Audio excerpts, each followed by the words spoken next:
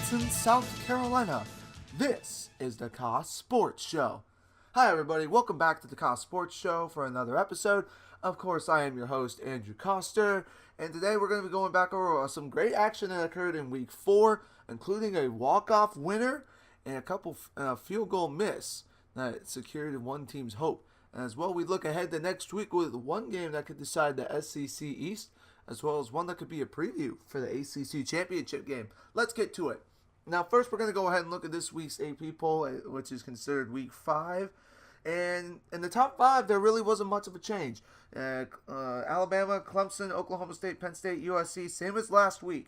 And honestly, I'm okay with this. Alabama, of course, we know absolutely dominated Vanderbilt, 59-0.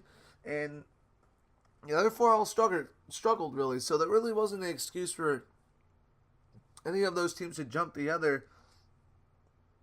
And there wasn't really an excuse for any of the other teams looking in to jump over them either. But for me, I hear a lot of particularly USC fans crying foul here and saying that, because Penn State lost or barely beat Iowa, they should have fallen. Okay, here's the thing. They're mad because when they barely beat Texas, they fell. Now, here's the difference, though. Who behind him had a big enough win to jump Penn State? USC didn't. You went on the road and beat Cal by 10. And it wasn't like an easy win. The USC struggled too. Oklahoma State, who could have been another team to potentially do it, they lost. Washington, yeah, they beat Colorado by a lot, but Colorado was we didn't think was a great, even though yes, I picked them to upset Washington, but even though they beat them, that's not enough, I don't think, to jump them. And because then if they're going to jump Penn State, that means they're going to jump USC as well. But that's just kind of what I wanted to say on that. I think people who are saying that Penn State should have dropped, no, they shouldn't have. Iowa's a very good team, and I guarantee in the next couple of weeks they will be in the top 25. And I'm not going to have anything down in my mind about that. Great defensive team, and their running game is very good, led by, of course, running back Akram Wadley. And, of course, there's another thing that people are kind of wondering about. Did TCU deserve to jump 11 spots? And my answer to this is yes and no. The reason is they played probably the biggest game last week overall when they went to Oklahoma State, though, and dominated, honestly, this game. But I think when you look at who all they jumped, like teams like Michigan, who overall had a pretty solid win against Purdue. I mean, Ohio State and Virginia Tech both dominated. I think it was a little bit generous of the people to have them jump 7 spots. I would have had them okay with jumping maybe 3 or at most 4, kind of like how Georgia did. But I think to put them at 9 was a little bit nicer than they could have done, in my opinion, because all the other teams dominated. Yes, they weren't against as good of teams, but to put them 7 spots, I think, is a little bit ridiculous. But don't get me wrong, I'm not trying to take anything away from TCU's win. It was a good win, but I think 7 spots was a little bit nice on the AP poll's part. But remember, this is the AP poll. These rankings really don't mean anything. They're really just for show, as I say every week. It's just to keep us entertained until they start coming out with the college football playoff rankings later on this season. Anyway, let's now go back and recap a lot of these games. So first, we're going to start off with the walk-off that I was talking about earlier. Penn State going into Iowa City, and of course, the last 3 top 5 teams to go into Kinnick Stadium in Iowa all came out with losses. Not this time. Penn State finally said, "We're going to end this streak right now." And man, it took them the last to all 60 minutes literally to finish it. You know, they had a 4th down on their final drive that they had to convert and to even get to the walk-off touchdown. Of course, Juwan Johnson scoring his first career touchdown. And what does it end up being? A walk-off winner, a great pass from Trace McSorley, Trace McSorley, in my opinion, he didn't have his best night, but he came in clutch when it mattered most. And honestly, that is a big deal because it just shows how good he can be in the clutch. It's a and he's like he's a big deal. I mean, yes, everyone's like I'm not gonna say he's like a Heisman winner or anything by any means, but he's still a great player, and big players know how to come up in clutch games. There was times last year where Deshaun Watson, at least, I'm just referring to this, I mean, being a Clemson guy, I'm going to refer to this, and I saw this a lot. He didn't necessarily always play his best game every week, but he knew how to win in the clutch. And that's one thing that Trace McSorley I find very similar to. He came in, he throws the game-winning touchdown pass as time expires. What can you say? But also, the low-key hero in this game, though, for Penn State, well, not even low-key, this is straight up the best player, in my opinion, in the country still, Saquon Barkley, 211 rushing yards, 94 reception yards, over 300 yards in total offense. That is incredible. That is a reason why he is my Heisman favorite. This dude continues to just be electric. And of course, he had one third down play where he hurdled the man completely and then stayed on his feet and ran like another 5-10 yards to get the first down. Like, that's unbelievable what this guy can do.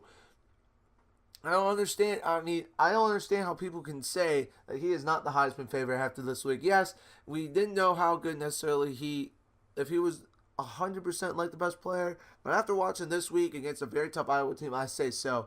Everyone has been wondering, like, because Penn State really hadn't played anybody yet in the game. That it was still a debate that if he was best player. But after this game, I think he clearly is the best player in the country. And Penn State offensively, they didn't play their best game. They struggled at times, but in the end, they got the job done, and they were able to finally win this game. Congratulations, though, to James Franklin. One of them, in my opinion, could be the best coach in college football as a whole on this big win. This was a huge test for Penn State going forward. I think this is going to define their season, who they are. They're not going to quit, go down without a fight. And they came back and they just came back storming in the fourth quarter to get this big win. A huge win for Penn State. And I really think now this is after this game, it's hard to argue with them as the clear favorites in the East. Yes, there are some other people will say still Michigan and Iowa State or Ohio State may have something to say about that. I don't know. I don't know. I think Penn State also defensively played a very good game as well. And I think their defense and their balance they have defensively and offensively is going to be the reason they win the Big Ten East and end up making the college football playoff. James Franklin has something special going on at Penn State. I think we're finally going to get to see them redeem themselves and make the playoff this year. But anyway, enough of that game. Also, before I end on that, Iowa also is going to be a good team. They're going to continue. They're going to, in my opinion, probably go 9-3 or 10-2. A very, very good football team. We saw what they did week 1 in Wyoming against potentially what some people were saying could be the number 1 prospect overall in the NFL, and Josh Allen. And they absolutely shut him down. And they've played some tough games, and they've found ways to win those games, like against their rival Iowa State, who necessarily isn't the best team, but they know how to win. And they know how to play in these big games. And people try and say, "Oh, Iowa's always overrated." No, this team is for real. For real. I'm not saying they're gonna necessarily make a New Year's Six bowl or anything, but there's a good chance. Heck, they could be. I could easily see them beating both Michigan and Ohio State. If I remember correctly, I think are they on the same side? No, they're not on the same side. I take that. My apologies for that. But there's a good chance they could do some damage in the West. And if people don't think that, I'm sorry for you. You're greatly mistaken. This Iowa team is just going to do nothing but get better.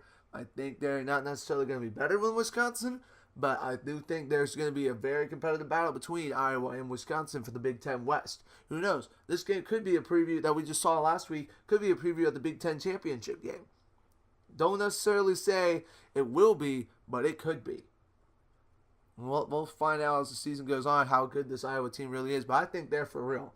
I'm not saying that they're necessarily even a playoff contender or New Year's Six bowl contender, but I think they're a very good team, to say the least. People who say, "Oh, this wasn't that good of a win for Penn State," are wrong as well. Penn State went in a very tough environment, and like I said earlier, the last 3 top 5 opponents to go into Iowa City had all lost. Penn State finally ended that, and it took everything they had to do it. Penn State is for real. People who keep saying that Penn State is overrated need to really just change, or really just get that thought out of their head, because that's not true at all, in my opinion. And I think a lot of people are finally coming to realize that. If you think that Iowa wasn't a good team, rethink that as well.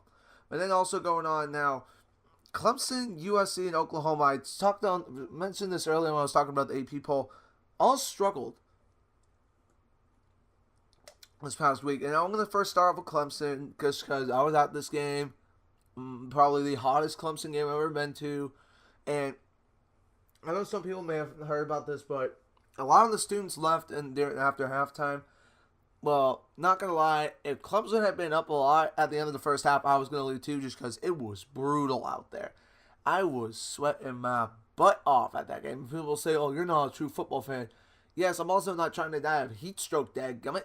Like, I spent all the halftime in the shade drinking a water and a lemonade because I was so dang hot. And then as soon as I got out there, I was burning. I mean, it was just stressful, this game, though, as a whole. Clemson offensively did not play well.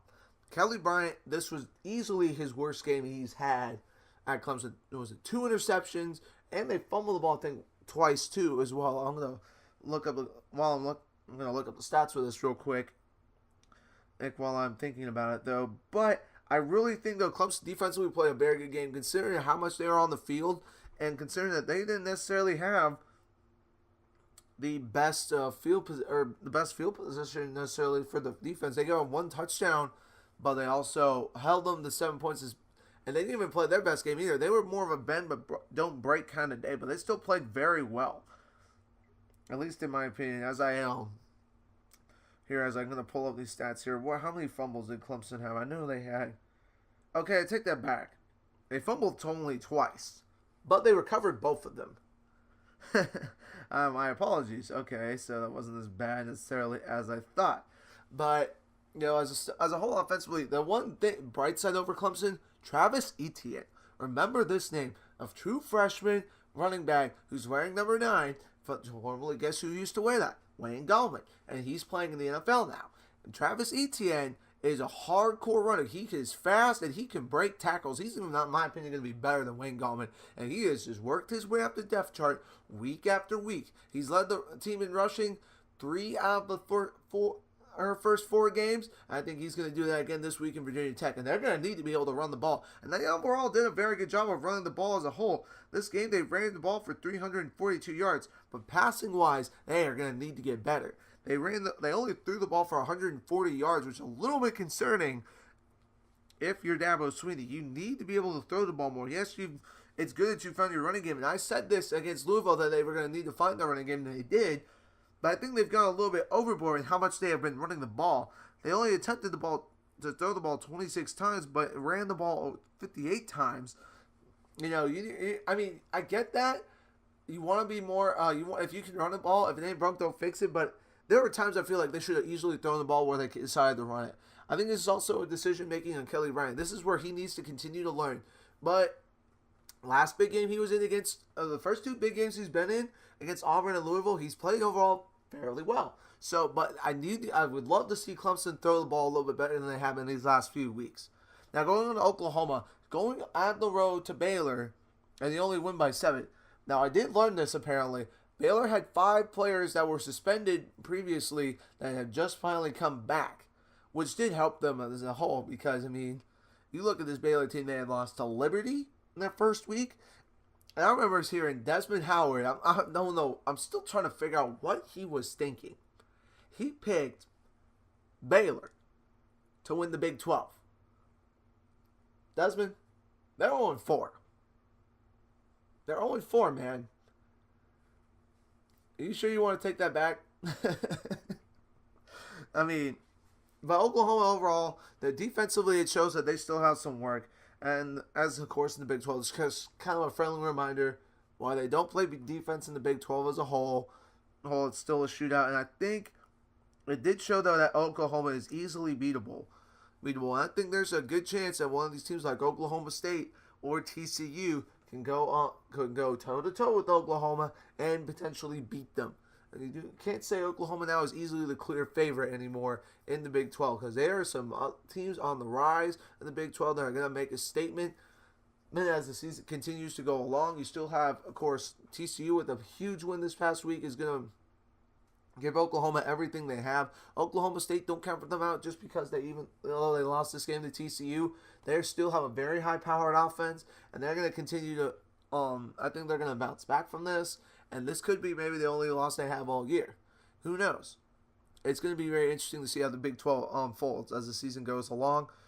And then, of course, USC struggled on the road at Cal. But I thought this would happen. I think Cal is actually a better team than people give them credit for. They beat Ole Miss last week, and who had looked pretty good, at least throwing the ball, and which was a big deal for But I think they're Sam Darnold's still having a little bit of a consistency issue, and that could be an issue. But he does seem to show up in the big games. Like when they played Stanford earlier this year, they did play well. I get that. Stanford, of course, though, is 2-2, but it's not like they've been playing like absolutely terrible. They've found ways to win, and if y'all heard me at the beginning of the year, I was wondering if this team would be like a Lane Kiffin kind of team. No, I don't think that now at all. And if we also look into this game, Darnold actually was 26-38 for 2 touchdowns, 1 interception. But also one interesting fact that I completely forgot about: Ronald Jones did not make the trip in this game, so they left really only on running back wise, all they had was Carr. He did have a pretty nice game, but USC still has their work cut out for them. It's going to be very interesting to see how they play this week when they go on the road to Washington State on a Friday night. It's going to be very interesting. This could be a chance for Washington State to make a signature win. But regardless, I think this is going to be a dogfight to the finish. We're going to see if USC can show up in this one, because I think Washington State may be even better than Stanford, in all honesty. Now, moving on from that stuff as a whole, we look now at the game. I didn't expect this. TCU overall beat Oklahoma State pretty good. Oklahoma State had 500 yards and outgained TCU. But here's the thing that won the game for TCU. In their defense, they didn't necessarily play their best game, but they came in when it matters most, and that was in the turnover department. Oklahoma State committed how many turnovers? 4. TCU 1. And that was the difference, in my opinion, because there were some key interceptions thrown late in this game, and when Oklahoma State was in TCU territory, that really hurt Oklahoma State. In my opinion, also TCU looked very good on offense too. Kenny Hill had a very good game at quarterback, and I'm trying to remember honestly how well they did on the rushing department as well. I think they had over 200 yards rushing and over 200 yards passing. So this TCU team could be one of the most complete teams in the Big 12. In my opinion, when they played, of course, I don't know if y'all remember when they played Arkansas, they only gave up 7 points to them. And Arkansas last week ended up scoring, I think it was at 43 or something like that against Texas A&M. So defensively, I think they're a really good team. To hold Oklahoma State to 30-something points is also a big deal as well. So kudos to TCU for this game. They play had a very hard-fought game, and I think Oklahoma State, they're gonna bounce back. I don't think you can easily say they're out of the Big 12 title chase, but it's gonna be an uphill battle for them for sure. Anderson, by the way, for TCU had 26 carries for 160 yards and 3 touchdowns. Very nice job for him. But I think that Oklahoma State, they're not as good though as people thought. Everyone had been going crazy about their passing game with Mason Rudolph, and this last week it kind of and even people had him as a Heisman favorite going into this game, and then of course this game came up, and now I don't see him anywhere in the Heisman watch. But I think this kind of just brought them back down to earth, because they really hadn't played anyone these first 3 weeks. Their toughest game, honestly, was probably at Pittsburgh, and even then, Pittsburgh's not as good as we thought. I think now they have 3 losses now. I think they're 1-3 after last week losing to Georgia Tech. So I think they're maybe not as good as we thought. And I think defensively they're not that good. They're not necessarily not that good, but not as good as we thought. So we're gonna see though if they can bounce back And remember, they still have Oklahoma at home that can easily win this game. But who knows? This could be their only loss all year. But I think easily for TCU now, they're my favorite as a team to potentially dethrone Oklahoma. Of course, they will. That game is also going to be in November, and it is on the road. They don't have a couple tough games still. Not this week, but this week they have a bye. But next week they go. The week after they host West Virginia. That's not going to be an easy game at all. Will Greer and company coming into town. That's going to be tough for them as well. And then the week after that they go on the road to Kansas State, who I think is still feeling disrespected. But then November 11th, mark this one down, TCU at Oklahoma. This game right here, and could easily decide the Big 12 title game. Of course, there's still a lot of football left to be played, so we're going to see how this all unfolds. But in my opinion right now, TCU, the most complete team in the Big 12, and there's a good chance they can end up dethroning Oklahoma. Oklahoma State, though, will bounce back, I think. And who knows? They could only have one loss by the time, or this could be their only loss by the end of the season when it's all said and done. Heck, this could be a preview of the Big 12 championship game because I forgot until just all of a sudden it's in my head that first and second are going to go ahead and plan the Big 12 championship game because they're having the conference title game back. So that's going to be a big for both of them.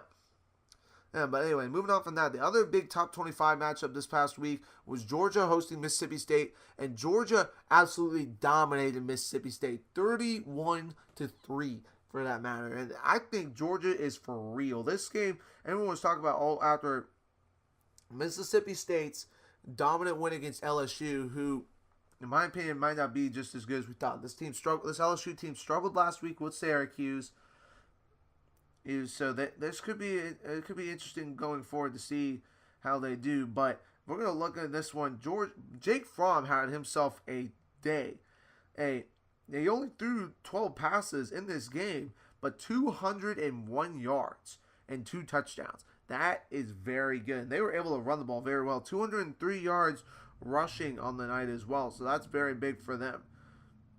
Yeah, so that was, as a whole, I'm very impressed to see what Georgia can do moving forward. I think after winning this game, I think they're the clear favorites to win the East. Some people might try and say Florida.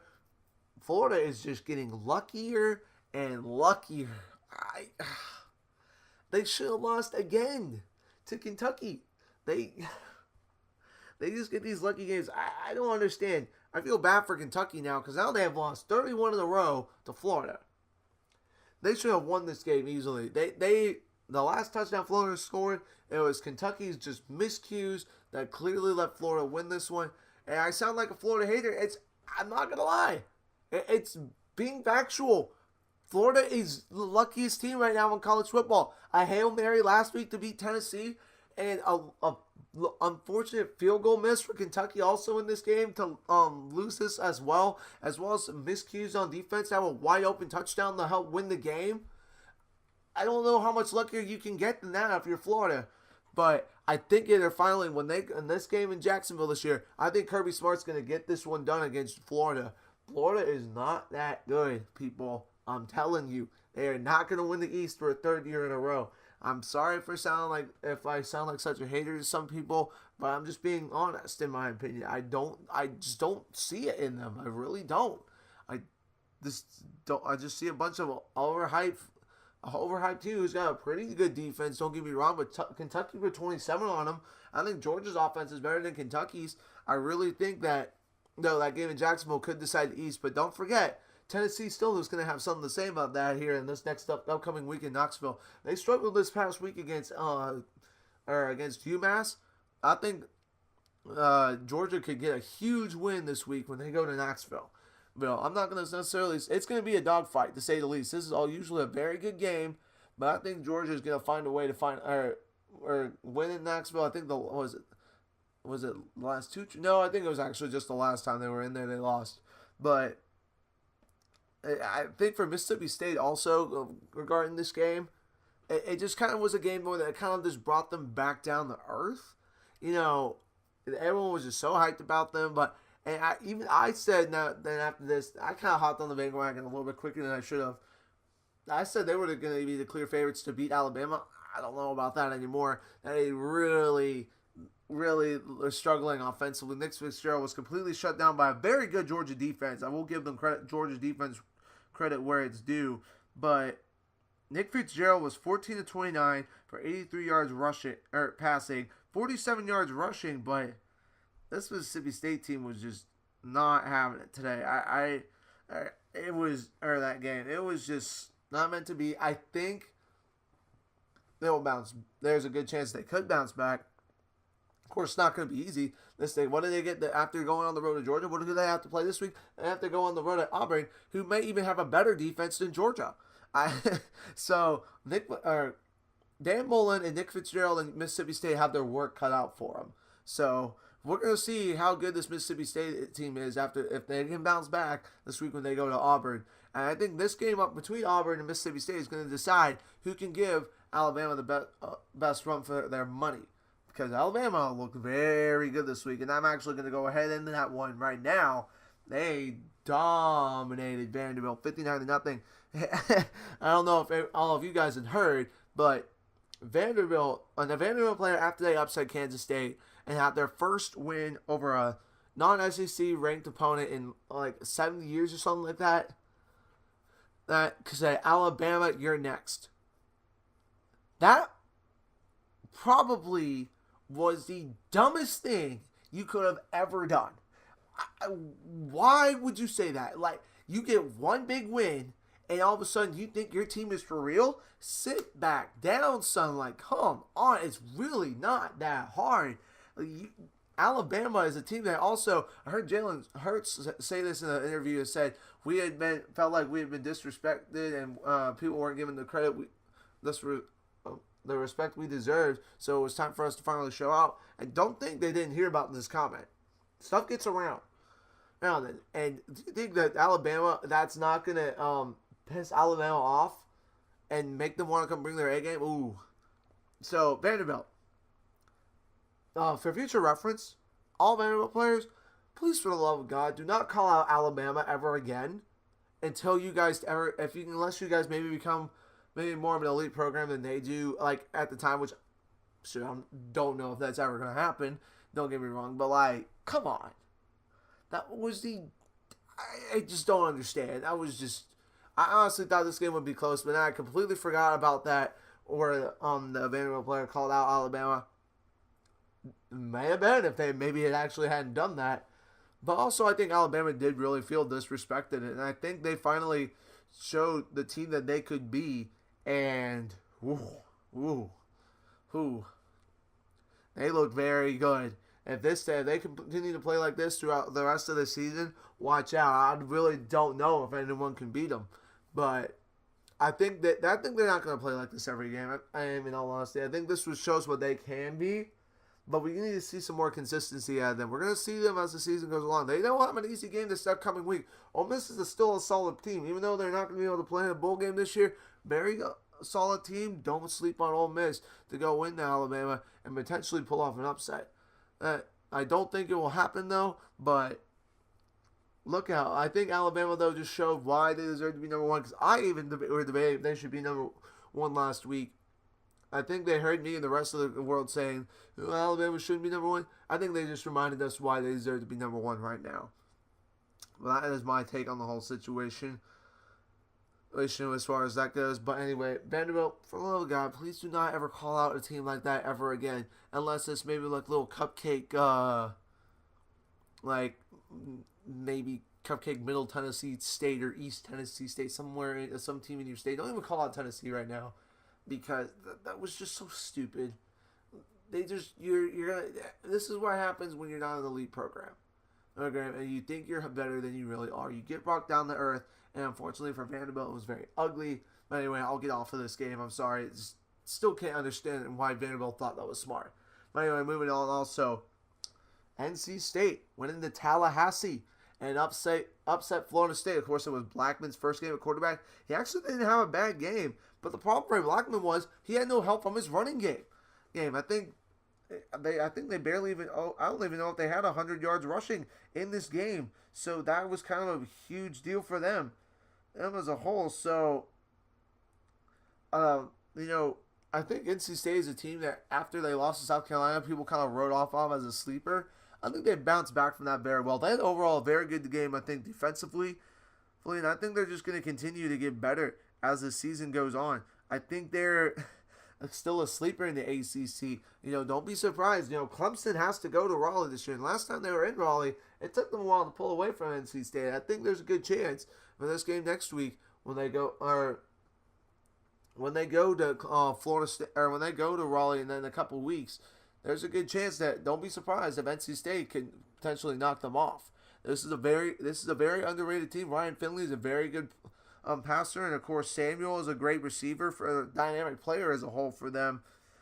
But a very good win though for them. As Florida State 0-2, I think for the first time since '88 or '89. They're going to be in for a long season, in my opinion. The defense, honestly, was very disappointing in this game as well. I think, honestly, I was giving them credit so much for holding Alabama to 24. I think their defense isn't help. Even Derwin James had a play where I think that NC State had a 70-yard run or something like that, and just completely whiffed on a little bit of a juke. It was kind of embarrassing for Florida State. Yes, I get that. You lost DeAndre Francois, who's your best player on offense, but the defense, just in my opinion, was just so embarrassing as a whole. I expected more from Florida State in this game. I thought this game would be a close game, but I really didn't expect Florida State to lose. In all honesty, I really didn't. It was just kind of just disappointing. Yeah. Okay. So the top rusher for Florida State was Cameron Akers. He had 55 yards. Not okay if you're Florida State. They are really missing Dalvin Cook right now in the NFL. Of course, he is lining it up right now, I think, from Minnesota.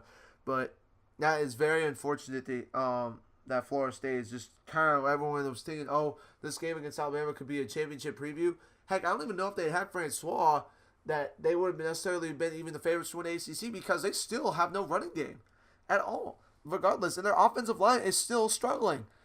People don't understand that their offensive line is still not as good as it should be for an elite program like Florida State. It's kind of embarrassing, and I think when they have their games later on in the season, like against Clemson and Louisville, heck, I think even Louisville can go in there and beat them.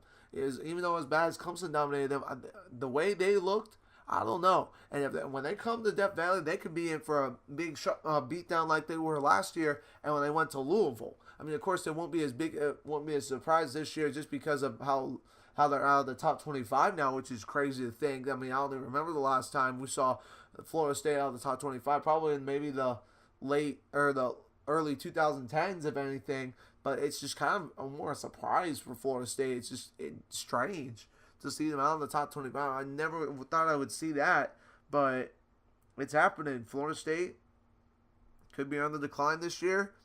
NC State could be on the rise this year. How crazy would it be if NC State finished ahead of Florida State in the ACC Atlantic standings? That would be crazy. But But don't count out Jimbo Fisher. He's gonna get Blackman to get better. Whoa! By the way, Blackman, man, that guy is skinny. I thought Francois was pretty skinny last year. I take that back. Blackman just set that to a whole new level. I was surprised after the number of times he got hit last game that he that he didn't break a leg or anything like that, because that guy is skinny. But he didn't play that bad of a game though. But their running game needs to get better. Their defense needs to get better as a whole. Because if you're giving up that or playing like that against NC State, you're gonna have your work cut out for you the whole season. I think this defense is a little bit overrated. The pass rush needs to get better too, for them as well. Well, and then also going over to the other upset, really, by a non-ranked team over a ranked team last week, Arizona State hosting Oregon, upset them. Oregon, of course, had a late comeback, potentially just cut short. So that's unfortunate for Oregon there. Willie Taggart era finally gets a loss there. But kudos to Arizona State. I didn't notice this. Everyone kind of had written them off after their last two losses, but those two teams that they have lost to, Texas Tech and San Diego State. San Diego State's in the top 25. Texas Tech's still undefeated and beat Houston, a very solid Houston team last week. Arizona State is 2 scores away from potentially being undefeated and having a very solid year. So people who are saying Arizona State can't pull off an upset this year, don't say that anymore. This team could actually have a big, not necessarily a team that necessarily make it to the Pac-12 championship game by any means, but there's a good chance that they can make it to the have another big upset. They could beat USC by all means. So it's going to be interesting to see how this season goes along for them. But Good win for them. Oregon still has a lot of little work to do defensively. We've seen it under this Willie Taggart era. But remember, this isn't really Willie Taggart's players. He's going to get them, I think, to play better, though, as a whole. But anyway, finally Oregon goes down. They're not going to, I don't think, win the Pac-12 North now after seeing them play last week. There's not enough on the defensive side of the ball all to be a sleeper for them. But then also going forward, now I'm going to also maybe touch up on, one more game in the Florida-Kentucky game. I think Kentucky still is in the SEC, East conversation. I don't think they're going to win it now for sure. But I think Florida is still just getting lucky. I talked about this earlier, but I didn't. But this was a good game. Don't get me wrong, but I think people talk about how Clemson would get lucky last year. I think Florida and Tennessee would get lucky last year. I think Florida is that team this year. It's gonna eventually come back to. They're gonna get brought down to earth at some point this year, and when they do, it is going to be ugly, in my opinion. But Jim McElwain, in my opinion, he was on the hot seat. I mean, so far he's got a job, but there's a good chance that Florida, as this season goes along, could easily crash and burn. I mean, of course, they'll have Luke Del Rio back this year, so we'll see how he plays at quarterback. Fun fact, he is 5-1 as a starter at Florida. We'll see how good the Florida is when they play LSU in, I think, 2 weeks. So that'll be a very interesting game, to say the least. But now moving on from all of that, I'm going to bring on my playoff predictions here. I think it was the same as last week. I have 1 Alabama, 2 Clemson, 3 Oklahoma, 4 Penn State. It's kind of really hard to say that who else should be in there. I think, though, to say easily that USC, Washington, and TCU are easily very close to being in. And this could easily change. We're going to see as the playoff predictions move along going forward. And once they finally, the playoffs committee finally brings out a poll and who are their top 4 are in, I think it's easily safe to say that will have a better idea of what they're looking at this year, because last year I thought still Penn State should have been in, based on what they what their criteria was to get in. It will be interesting to see if they change that up this year a little bit, to say the least. But anyway, that's my thoughts on that. Not too much, but I just wanted to just touch up on that basically, so if anyone was curious on how that would thing. But yeah, same I think as last week, if I remember correctly. Then now we're going to talk to the Heisman picks, and there's a couple things I want to still kind of in here. I don't have Lamar Jackson still in there. Mason Rudolph went out the door after his poor performance against TCU. Barkley, in my opinion, clear favorite. Had 211 yards rushing, 94 yards receiving last game. A very good game for him. But no surprise also from him, in my opinion. He's still the best player in the country. I think Darnold's still going to be in there because he does know how to play in the clutch. And he hasn't had a bad season, but he needs to step it up a little bit. I think Baker Mayfield, Baker Mayfield had a very solid game. I'll look up his stats as well. But here's a couple people that I think people don't understand, that I have at least in here. Bryce Love from Stanford. This guy leads the nation in rushing, and he is having himself some games. He had a very good game this past weekend against UCLA, and Stanford was able to bounce back off that 2-game losing streak. Stanford is a good team, and we're going to find out some more how good, if he can do this, Bryce Love can continue this out when they play host Arizona State this weekend as well. But then Rashad Penny from San Diego State. I think he was underlooked last year because of Donnell Pumphrey, who is now, of course, in case y'all don't know, the all-time career leading rusher in NCAA football history. But I think he has had a very good year as well. And I think he's the big reason why the San Diego State team could be a team to make the New Year's Six. Now, originally I had USF, and of course USF. Just going to touch up on this briefly. Had a nice win finally, and I think played for their full potential last week against Temple. But it's going to come down to those two, and it's going to be down to 2 great players, and Quentin Flowers and Rashad Penny. But I think Penny is a real deal. I think he's not going to go anywhere. I don't think this has been just a hot start. I think they're just going to continue to get better, and as the year goes on as a whole, and also. When I was talking about Oklahoma, Baker Mayfield, 13-19, 283 yards, 3 touchdowns, a very good game for him overall, I think, as a whole. But I think Oklahoma is the real deal. They won they're winning their 14th straight game, and he played well overall as a whole, I'd say. So good for Baker Mayfield, for what he did as a whole. But I think it's still safe to say that Barkley is the clear favorite. But don't sleep on Bryce Love and Rashad Penny. Two other good running backs. I don't think they're as good as Saquon Barkley, but they're also very good. If Saquon Barkley could be down with injury, they could easily, one of them could come in and snatch the Heisman. I don't hope that, though, for Saquon Barkley. I love watching Saquon Barkley play. He's easily my favorite player in college football. Has been for the last 2 years, just from the way he... Okay, I take that back. Deshaun Watson last year, obviously, but ever since he's gone now, he's easily my favorite player to watch. But, yeah, don't be surprised, though, to see Penny or Love get invited to New York at the end of the year.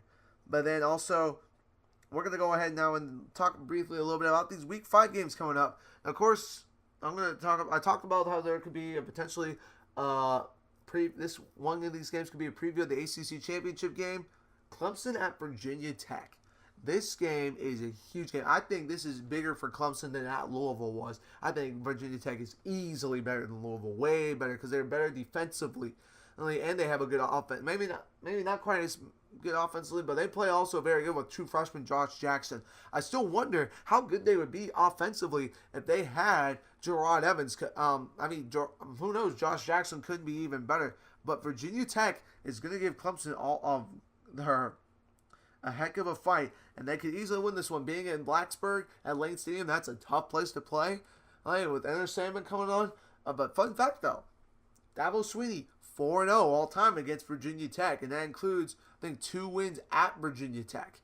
So he knows how to get it done there, but I actually did read something earlier, apparently in a press conference this week. He talked about in 2011, they fell asleep on the bus ride over to the stadium against Virginia Tech, and Dabo Swinney said they were going to get their butts kicked. Of course, I think they won that game like 20-3 to say, or something like that. But Dabo Swinney does seem to have Virginia Tech's number 4, and of course he beat them last year in the ACC championship game. But I think Virginia Tech has got a point to prove. I watched them against West Virginia, a very good team overall, a very balanced team. They have a great offense, have a great defense, and Justin Fuente has done a great job taking over Frank Bremer and bringing this team back into relevance in college football. It seemed for about 3 or 4 years they were kind of like off the radar a little bit.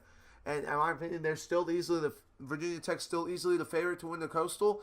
And if Clemson's offense does not show up like they did last week, they could be in trouble. Of course, their defense is going to keep them in this game by any means. But I don't think Clemson's going to get run out of Lane Stadium. But they could be in trouble and lose this game if their offense doesn't show up and play better when you compare to this past week against Boston College.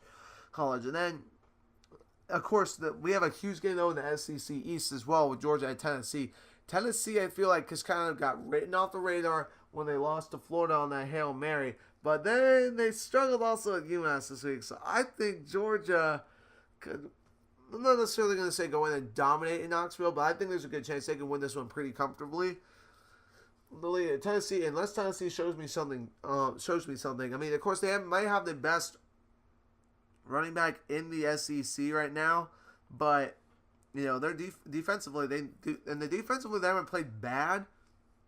I think this is the most complete team. This is definitely better. I think Florida is better here, and I definitely think that Georgia's better than Florida, but I definitely do think, though, that Georgia cannot overlook this game. Yes, the Tennessee is unranked. They're not as good probably as they have been in the last 2 years, but don't sleep on them either. This could be a tough game for Kirby Smart. We saw he can win big games last week. Boys, can he continue to do this and finally be probably be a successful Nick Saban disciple, to say the least.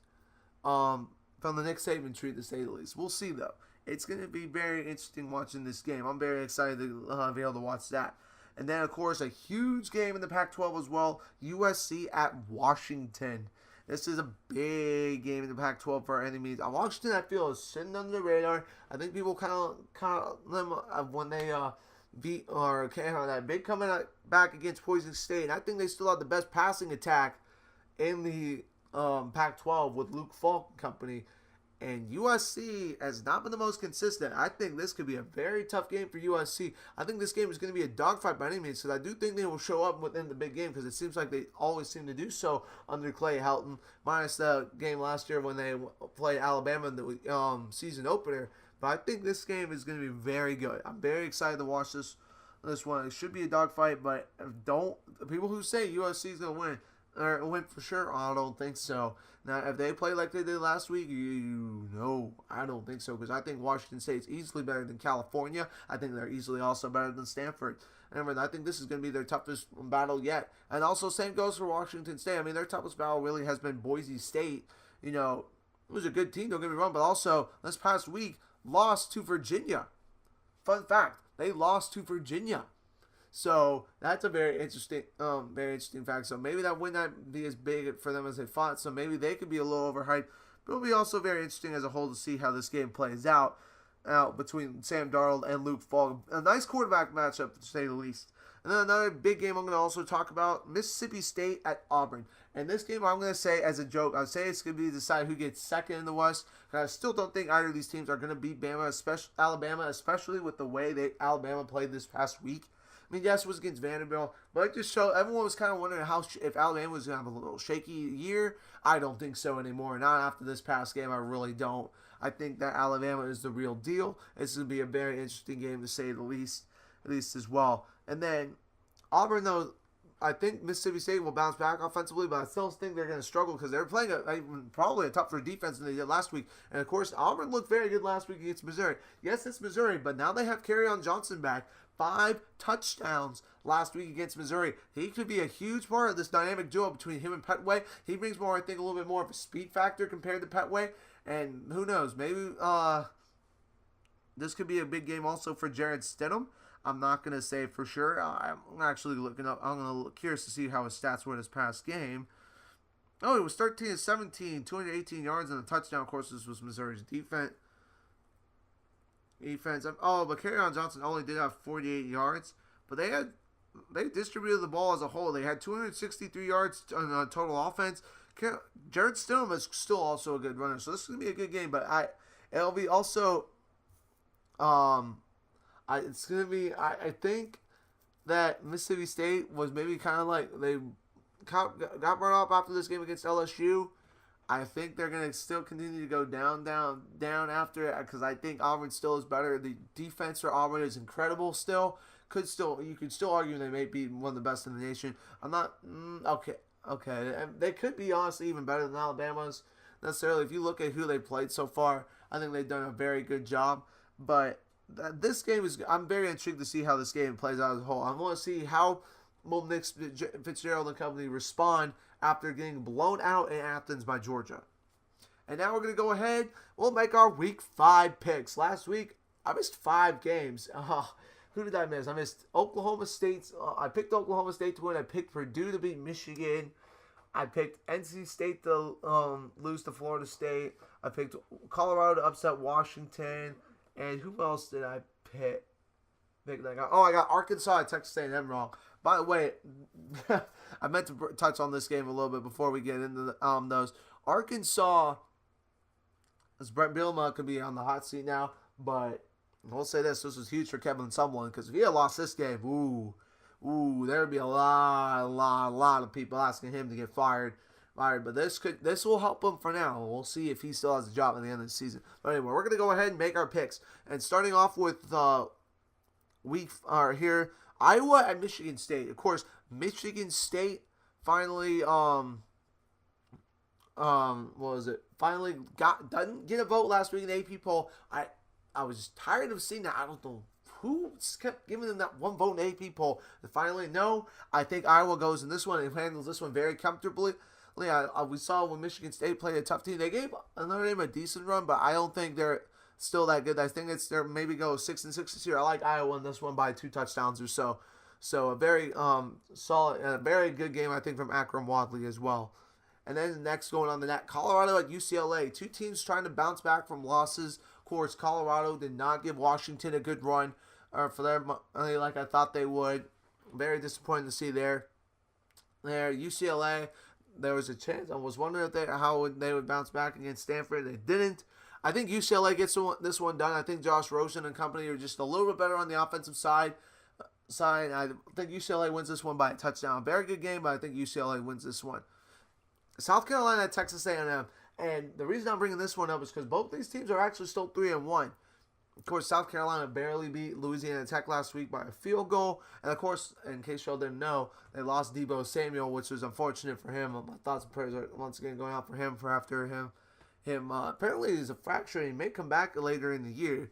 But I do think that Texas A&M is a better team overall. I think their running attack is going to overall win this one for them with Travion Williams and company. And, of course, Christian Kirk out receiver. I like Texas A&M this one by 2 touchdowns or so. And this could be a nice win to help Kevin Sumlin. The more games A&M wins, the higher chance Kevin Sumlin has of keeping his job. Here, and the game a game I really didn't think I would be talking about at the beginning of the season, but Florida State at Wake Forest. If you were going to tell me which team or between Florida State and Wake Forest who was undefeated and who was not and who hadn't won a game yet, you probably wouldn't have told me that Wake Forest was going to be undefeated and Florida State hadn't won a game all year yet. I mean, this is a very interesting game. I think right now Florida State is in trouble. I think Wake Forest is on the rise. They had a good win against a very good Appalachian State team this past week, who I said Appalachian State may go 11-1 after losing to Georgia. Take that back. They may go 10-2 now, I think. But I like Wake Forest in this game. I really do. I think there is another team that people could be sleeping on. And if they win this game next week, and then Clemson wins their game this weekend, it could be a battle of the undefeated. I mean, Clemson wouldn't have been as much of a surprise being undefeated. But Wake Forest coming into Death Valley next weekend undefeated, that would be very interesting. But I like the Demon Deacons in this one. I think this team is massively improved. They've gotten better and better and better. It's going to be, I'm very excited for this game to say at least, but I think Wake Forest edges them out here by a field goal. A field goal, it's going to be a very close game, but Wake Forest, very, very, very close game. And also, if you want to look at this one also, Wake Forest very balanced as a whole. 215 or over 200 yards passing a game and 200 yards rushing a game. They are giving up a few more yards than Florida State, but not much. But I do like Wake Forest here. They are giving up, though, more points per game. That is a little bit more concerning. Or they're giving up. No, I take that back. They're scoring 37 points per game and giving up 11 a game. So, yes, I think Wake Forest, they get the job done here. It's going to be a huge game for them. I think Wolford is having a good year at quarterback. 676 yards, 8 touchdowns for them. But yeah, Wake Forest wins this one by a field goal. Well, and Florida State will drop to 0-3. Next one, Cal at Oregon. Two teams that I didn't think would necessarily have great years, but iffy years. Here. But this is going to be a tight game. I think Oregon finally bounces back with it being at Autzen Stadium. Will Taggart and company, they're going to score a lot of points against this Cal team. I think Oregon wins this one by 2 touchdowns or so. I think they'll get in the 40s in this one here. Cal's got a good team, but I think they just offensively, they just cannot keep up with Oregon's offense, because that's one thing they still have going for them. Even though they lost last week, they still had a pretty solid offensive game. And next, going into this one, Arizona State at Stanford. I think this game is going to be a very close game, but I think Bryce Love is just going to have himself another great performance. I think Stanford gets this one done at home by a touchdown or so late, but don't count out Arizona State. They could easily win this game, but I think Stanford sneaks this one out. Next, Miami at Duke. Duke? Undefeated? Yep, you heard that right. Duke is undefeated. And I think they're going to remain undefeated after this game. Of course, last time that Miami came to Duke, they had the very controversial lateral on the kickoff. Miami, probably the best play of the year. That should have honestly not been a touchdown because of all the illegal blocks on that play. Duke's going to have that game on their mind. I really think that they're going to come back. I don't think Miami has looked that impressive. I think Mark Richt and company, they're going to go into Wallace Wade Stadium and lose to Duke by a field goal or a touchdown. It's going to be a good game, but I think Duke edges this one out. It's surprisingly to see this game battle of undefeateds, though, but I think Duke wins this one. Next game, Vanderbilt at Florida, and I have this one on there because I still think Vanderbilt's a solid team. I just think they just got to be smarter than not call out Alabama next time. I hope they're not going to try and call out Florida, but I think Florida wins this one because I think they are actually better than Vanderbilt, but it's going to be a very good game. I think they win this game by a touchdown or so. But don't be surprised if Vanderbilt goes into the swamp and beats them. Last time I think they were at Florida, Florida got very lucky in that one and won, I think, in overtime, if I remember correctly. But anyway, Florida, I think, was that one by a touchdown. Now, next we have Oklahoma State at Texas Tech. Texas Tech, I think, is a team that's sleeping under the radar as well here. Still undefeated. I've actually played some pretty good defense. They did a good job of shutting down Oklahoma State last week. And I think this game is going to be, of course, a shootout, with it being two of the most high-powered offenses in the Big 12. I think, though, Oklahoma State bounces back in this one. They could win up to 2 touchdowns, which could be easily anything in the easy for Texas Tech to come back from. This could easily, Texas Tech could win this one and still be undefeated. But I do think Oklahoma State is a better team here. I think they win this one by up to 2 touchdowns, maybe a touchdown. But Mason Rudolph's going to bounce back. I think that game last week is a wake up call for them, and they have work to do. But yeah, Oklahoma State wins this one by 2 touchdowns or so. Now, next, Mississippi State at Auburn. This one, of course, I was really excited about just because it could be the battle of second place in the SEC West. But in the end, I think Auburn's going to win this one. I think their defense is just going to be too much for Nick Fitzgerald and company. I think Mississippi State was kind of just had that one big game, but I think they're just going to fall back to kind of more being, it's kind of not that big of a story, to say the least. I do like Auburn on this one to probably 2 touchdown or 2. I think their offense is starting to finally play better as well. Now, Ole Miss at Alabama, a game that Ole Miss hasn't played terrible this year. They really haven't. They're not I think are going to continue to get better as the year goes on. Of course, they have one of the best quarterbacks probably in the SEC in Shea Patterson. I think, though, it's just not going to be enough, though, to stop Alabama's running attack. And I think also Alabama's defense is going to do an overall pretty good job of shutting down Shea Patterson. I think Alabama wins this one by 2 touchdowns or so. But it'll be an interesting game. Who knows? I don't think Ole Miss just had enough also on the defensive side as well. Next, Georgia at Tennessee, a game that could like I said, I was talking about earlier, could really decide how the East goes. I like Georgia in this one. I think Jake Fromm has had a very good year for them, and I think their running game is coming along, and I think their defense could be easily the best in the SEC East. Georgia wins this one by 2 touchdowns or so as well. And I think this game could easily put them as the SEC East favorite, even though I already think they are after that win last week against Mississippi State. Dogs win this one by 2 touchdowns or so. Next, USC at Washington State. Friday night in Pullman. This is a very good game, and I think this is the game where finally Washington State gets a signature win. Everyone said, oh, what about the comeback against Boise State? Boise State's not as good as we thought. Washington State wins this one. They run it up on USC's defense. I haven't seen enough from USC's defense to be impressed by it. Washington State wins this one by a touchdown or 2. But we'll see. If Sam Darnold shows up, it could easily go the other way, but I like Washington State in this one. I really do. I think they could easily, Washington State has still got a chance to win the Pac-12 North as well. And then, of course, finally the big one at 8:30, and where College Game Day is going to be. It's annoying how freaking Florida State sucks, because there's not going to be a game day here in Clemson now, because that was probably our only chance.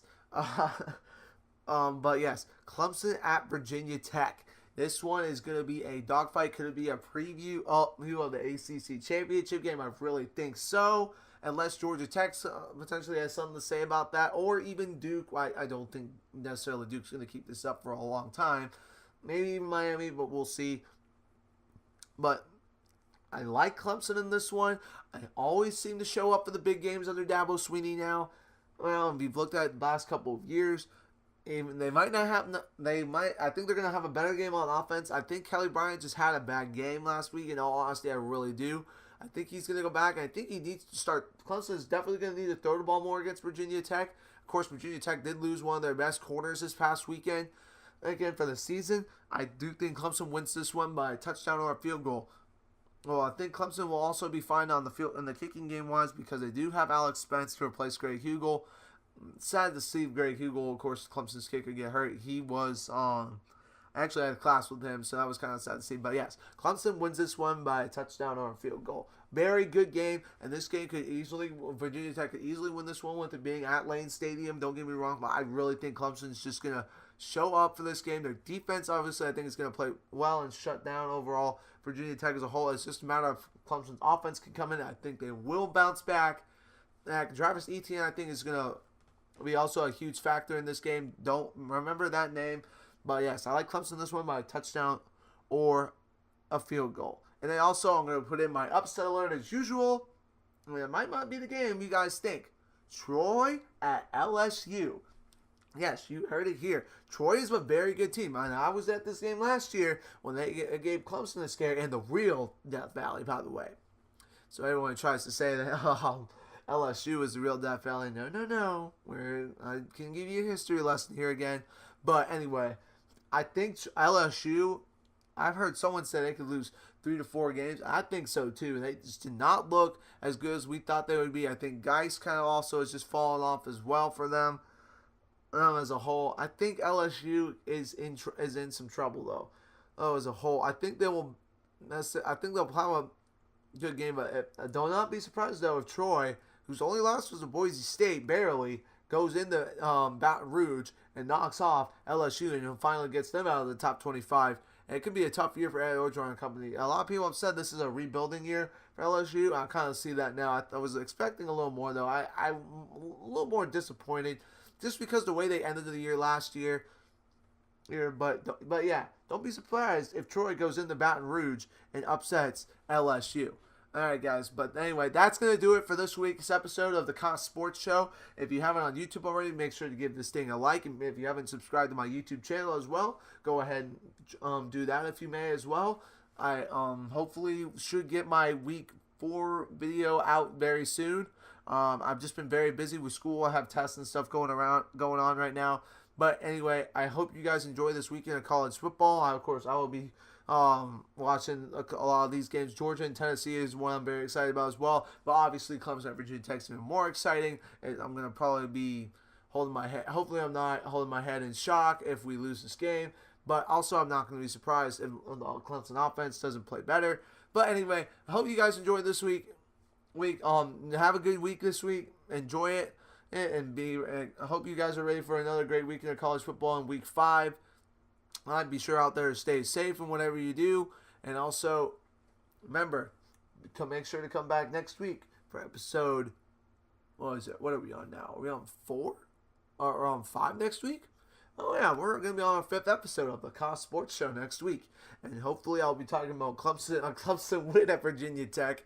But we'll see. There's always an interesting story I'll have to bring it up, and who knows, maybe I'll add some little wrinkles next week into the show. If you don't think I have something, I should do something different in the show, though, feel free to comment on my on the YouTube about it as well. I'm always interested to hear what you guys think I could do differently in the show. And like I said, if there's anyone in Clemson who wants to help co-host with me on the show, feel free to let me know. My Twitter handle is @acoster15. But also, be sure to also, you can also maybe send me a message on YouTube as well. And if anyone wants to call in, feel free to also send me a message as well on that. But anyway, have a great weekend, guys. Make sure to stay safe. Enjoy the college football this weekend. I will see you on the next episode of the Cost Sports Show.